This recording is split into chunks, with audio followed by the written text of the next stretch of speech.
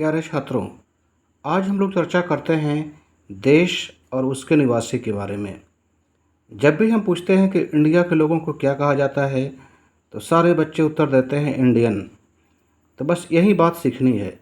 India देश का नाम है और इंडियन इंडिया के रहने वाले लोगों को कहा जाता है। तो उसी प्रकार तमाम ऐसे देश हैं जहाँ के निवासियों के लिए कुछ न कुछ कहा जाता है।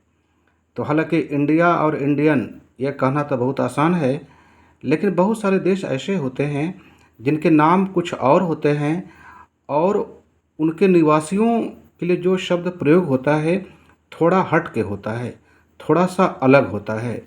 जैसे हम लोग बात करते हैं चेकोस्लोवाकिया। चेकोस्लोवाकिया के लोगों को हम लोग चेक कहते हैं। चेक की स्पेलिंग होती है CZECH। हालांकि चेकोस्लोवाकिया की भी स्पेलिंग बड़ी अजीब है, बहुत बड़ी है। स्पेलिंग में बोल दे रहा हूँ, CZECHOSLOVAKIA। तो चेकोस्लोवाकिया के लोगों को चेक कहा जाता है। उसी प्रकार ग्रीस के लोगों को ग्रीक कहा जाता है।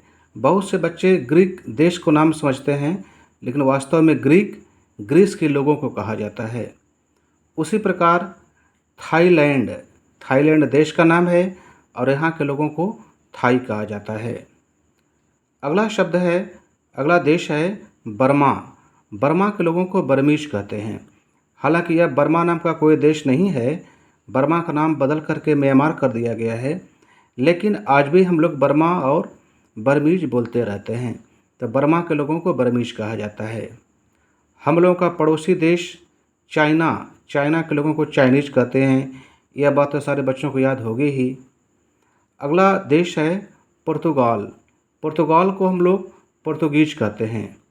पुर्तगीज वही लोग थे जो गोवा पर अपना अधिकार जमाए हुए थे और भारत सरकार ने इन लोगों को भगा दिया और इसके बाद गोवा भारत का हिस्सा बना।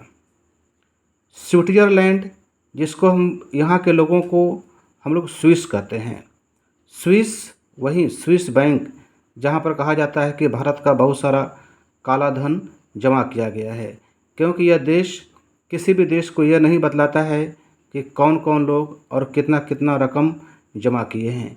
इसीलिए जितने भी रिश्वतखोर होते हैं, गलत तरीके से पैसा कमाते हैं, वो लोग ले जा कर के स्विस बैंक में अपने पैसों को जमा कर देते हैं।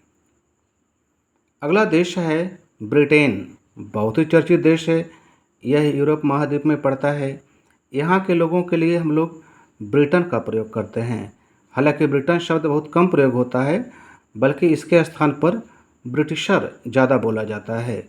तो ब्रिटिशर हम लोग बोल सकते हैं, याद कर सकते हैं। अगला देश है डेनमार्क। डेनमार्क को लोगों को हम लोग डेन बोलते हैं, DANE। बहुत ही आसान है।